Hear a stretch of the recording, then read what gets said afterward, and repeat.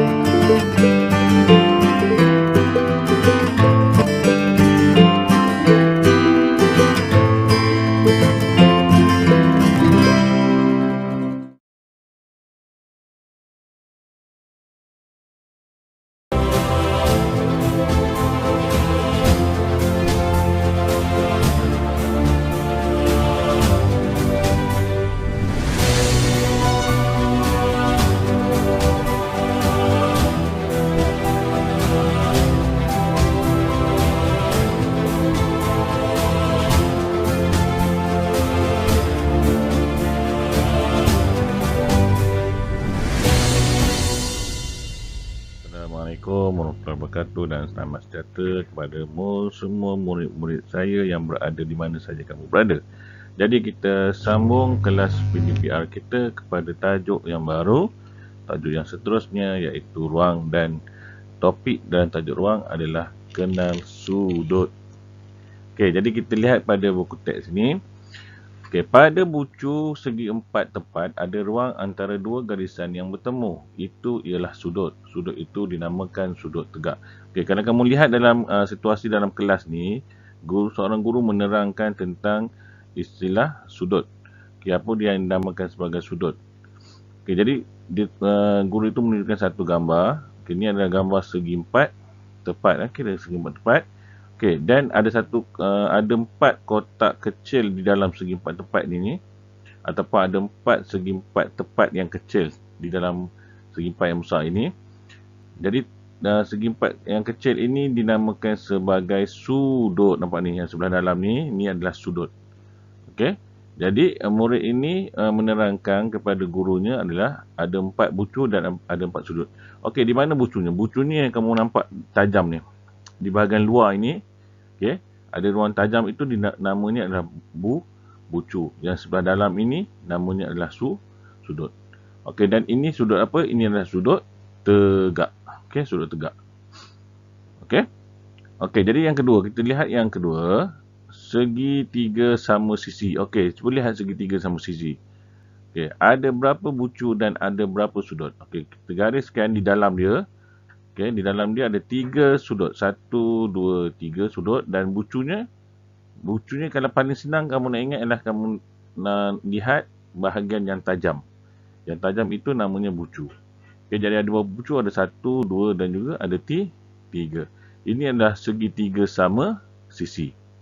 Okey, dan yang kedua adalah segitiga sama kaki. Apa beza kedua-duanya? Sama sisi, setiap sisinya adalah sama panjang. Sama kaki, ada 2 sahaja garisan ataupun sisi dia yang sama. Maksudnya tapak dia tidak sama panjang. Okey, jadi kita lihat sama juga, dia ada 3 sudut juga. Okey, dan dia ada 3 bucu. Cuma yang bezanya adalah segitiga sama kaki, di atas ini adalah, okey, kalau kamu perhatikan betul-betul, ini adalah sudut tegak. Itu beza saja. Dan bawah ini adalah sudut tirus. Dia ada sudut. Okey, dia ada 3 sudut, tapi beza dia dengan sama sisi. Sama sisi ketiga-tiganya adalah sudut tirus. Okey, manakala untuk segitiga sama kaki pula dia ada 2 sudut tirus dan 1 sudut tegak. Nampak ni penerangan daripada keterangan daripada murid perempuan ini. Segitiga ini ada sudut tirus, sudutnya lebih kecil daripada sudut tegak. Tirus ya. Sudut tirus ini maksudnya lebih kecil. Okey, sudut yang tirus, sudut yang kecil. Okey, kita lihat muka surat seterusnya.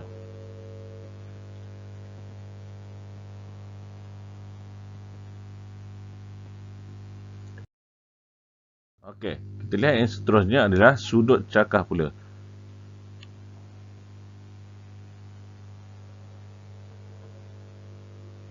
Okey, seterusnya sudut cakah. Apa beza sudut cakah dengan sudut tirus? Sudut cakah ini adalah permukaan dia ni lebih besar berbanding dengan tirus. Okey. Ini tirus. Okey, nampak ni perbezaan dia. Ini adalah cakah. Nampak perbezaan dia. Okey, perbezaan pembukaan dia lebih besar. Tirus dia kecil lah, bukaan dia kecil. Okey, jadi ini adalah sudut segitiga tidak sama kaki. Kenapa? Kaki yang sisi sebelah sini dengan sisi kiri dan sisi kanan adalah tidak sama panjang. Dan keterangan dah sudut cakah lebih besar daripada sudut tegak. Maknanya saya nak cerita di sini bahawa sudut ada 3 untuk pengetahuan kamu lah. Yang pertama sekali ialah sudut tirus. Kenapa tirus? Sebab dia paling kecil paling kecil. Yang kedua adalah sudut tegak. Yang kedua, ni adalah sudut tegak yang kedua. Okay, dan yang ketiga adalah sudut cakah. Ini paling besar lah, paling besar. Okey, itu beza dia. Jadi kalau kamu lihat lukisan di sini, sudut tirus bentuk dia macam ni. Sudut tegak bentuk dia macam ni. Dia L. Okey, L. Dan sudut tirus dia bentuk dia besar sikit pada sudut tu. Itu dia sudut tirus. Okey, ni bentuk dia. Okey. Okey, sekarang ni kita pergi kepada trocheria dulu. Kita tengok dulu. Kita cuba sama-sama. Okey, kita pergi kepada bahagian trocheria sebelah sini yang kamu nampak sini. Okey, bentuk ada 4 jenis bentuk dan keempat-empat bentuk ini adalah segitiga. Okey. Keempat bentuk ni adalah segitiga. Tapi segitiga apa kita lihat di sini. Yang pertama sekali ialah nanti saya padam sini. Okey, di sini yang pertama sekali ialah ni. Dia adalah segitiga sama sisi. Kenapa? Saya ulang lagi sekali. Sebab setiap sisi dia adalah sama panjang. Sebab tu namanya segitiga sama sisi. Okey, sekarang ada berapa sudut tirus di sini? Ada berapa sudut tirus? Ada 3 sudut tirus dan ada 3 sisi sama panjang. Itu adalah segitiga sama sisi. Okey, yang kedua adalah segitiga sama kaki. Kenapa? Ada 2 sisi saja yang sama panjang. Okey, ada 2 saja yang sama panjang. Jadi ada berapa sudut tirus? Ada 3 sudut tirus juga. Ada 2 sudut tirus dan ada 2 sisi sama panjang. Okey. Jadinya ada berapa? Minta maaf di sini dia 3 3 sudut tirus dan 2 sisi yang sama panjang saja. Okey. Yang ketiga adalah segitiga tidak sama kaki. Tidak sama kaki. Maksudnya setiap sisinya tu tidak sama panjang. Jadi ada berapa sudut cakah? Ada 2 sudut, ada 1 sudut cakah, ada 2 sudut tirus dan ada 3 sisi tidak sama panjang. Okey. Yang seterusnya adalah segitiga bersudut tegak. Ada berapa sudut tegak? Ada 1 sudut tegak dan ada 2 sudut tirus. Okey, kamu nampak bentuk macam ni? Segitiga bersudut tegak ini selingan ataupun ni tambahan. Segitiga bersudut tegak ni maksud dia adalah separuh daripada segi 4. Sebab tu bentuk dia macam ni. Okey? Boleh faham? Okey, sekarang ni kita pergi kepada latihan terlebih dahulu. Saya tutup gambar dulu bagi nampak jelas. Okey. Label dan namakan sudut pada bentuk berikut. Okey. Kita lihat di sini label dan namakan sudut. Okey. Yang pertama kita lihat A Kita lihat A, ini adalah bentuk dia. Okey. Sudut dia. Ini sudut apa? Sudut dia di sini 1, 2, 3 dan 4. Sudut dia apa ni? Sudut adalah sudut tegak. Okey. Ini nama dia sudut tegak. Okey, yang seterusnya adalah B ni. B ni bentuk macam ni Kita lukis kat sini. Kalau kamu ada buku, kamu boleh ada kertas, kamu boleh lukis sekali lah. Okey, ni B. Jadi sudut dia apa? Ada 1, 2. 2 ini adalah sudut sudut apa ni namanya? Sudut tirus, dan ada dua sudut tirus, dan di sini adalah satu sudut cakah.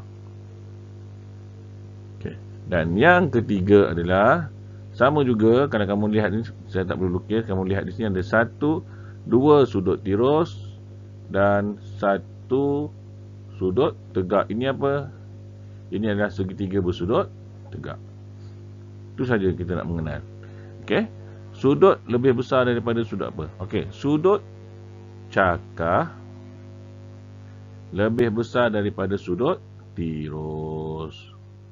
Boleh? Macam mana yang saya tulis tadi, kamu boleh ingat baliklah. Okey. Seterusnya. Ini habis untuk tajuk sudut. Kita pergi yang seterusnya adalah kita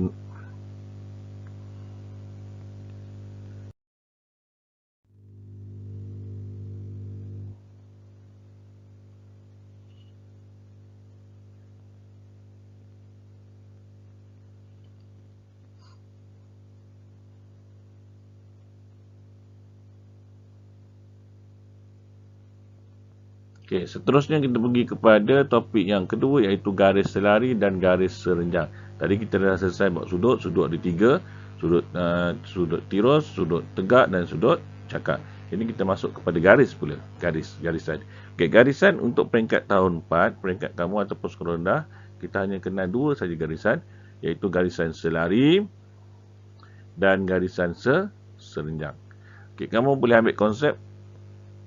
Kalau kamu biasa lihat Ultraman ataupun menonton rancangan Ultraman, kamu tahulah sudut selari dan juga serenjang. Ultraman menggunakan sudut tu bila dia nak menyerang raksasa, menggunakan kuasa terhebat dia lah. Okey, Ultraman kamu boleh lihat buatlah macam mana. Okey, kalau yang Ultraman biasa yang bentuk T tu, itu adalah garis serenjang. Garis serenjang. Contohnya macam ni lah. Ini adalah contoh garis serenjang. Okey, satu garis di atas, satu garis di bawah. Okey, kalau koordinat dia dipanggil satu garisan mencancang, satu garisan mengufuk. Maksudnya satu garisan ke utara, satu garisan ke timur. Ini adalah contoh garis serenjang. Ataupun kamu boleh lihat di atas ini, nampak ni, garis selari, nampak ni yang dibulatkan ni, ini adalah contoh garis selari. Garis selari itu maksud dia selari je. Contohnya kalau kita lihat garisan lumba lari. Kamu lari kan 1 meter, kamu nampak ada garisan di padang itu, ada selari. Okey, dia selari sebelah-sebelah. Maksudnya dia tidak menyentuh antara satu garisan lain. Itu maksud dia. Paling mudah macam ni lah, ni selari. Maksudnya dia tidak menyentuh. Garisan A dengan garisan B tidak menyentuh. Itu adalah garisan selari. Okey, ni kamu melihat di sini contoh-contoh garisan selari. Nampak ni, tangga ni pun garisan selari. Okey, tangga sini garisan selari. Okey. Yang seterusnya yang di sini adalah, ini adalah contoh garisan serenjang. Nampak ni tingkap ni. Satu atas, satu bawah. Ini adalah garisan serenjang. Nampak penerangan dia? Garisnya bersilang pada sudut tegak. Garis ini disebut garis serenjang. Apabila dia bertemu, okey, ada dua garis, dan apabila dia bertemu, ini adalah garis serenjang. Okey. Kita lihat di bawah ni, ini adalah contoh dia. Kita lihat di sini. Okey, yang manakah garis selari, yang manakah garis serenjang pula? Okey, kita lihat di sini. Ini adalah garis apa? Dia bertemu, bila bertemu terus serenjang. Okey, serenjang. Bila bertemu, bila garis itu bertemu antara satu sama lain. Yang Q ni bertemu tak? Dia tak bertemu, dia adalah selari. R adalah serenjang, dan S adalah selari. Okey, itu maksud dia lah. Okey, yang manakah garis serenjang, yang manakah garis selari? Okey, tengok betul-betul. Adakah R dengan Q itu adalah garis serenjang? R dengan Q itu adalah betul-betul tak garis serenjang? Okey, ini bukan garis serenjang sebenarnya ni. Walaupun dia bertemu, garis serenjang dia bertemu macam ni. Okey, selari ni pun, selari dia maksud dia mesti selari. Dia walaupun tak bertemu tapi dia mesti selari. Maksud dia tidak menghempit antara satu sama lain. Okey, jadi P adalah garis serenjang dan S adalah garis selari. Okey, seterusnya.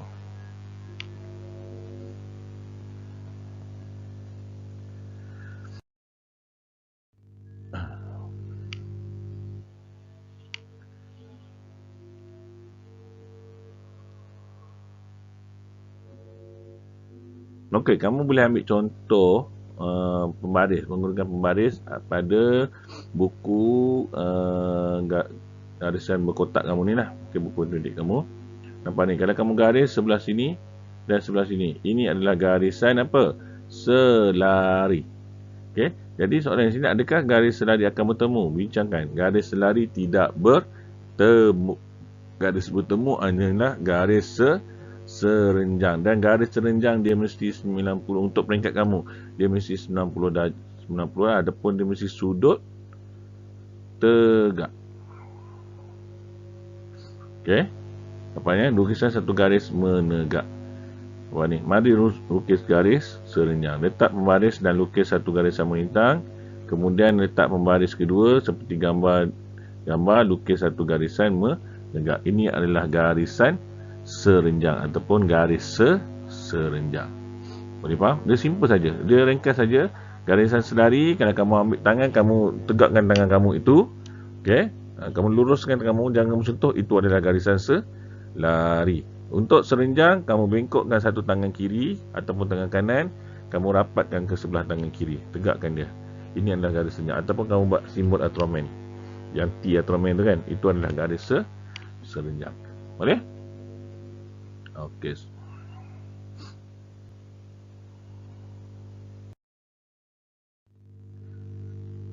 Okey, seterusnya.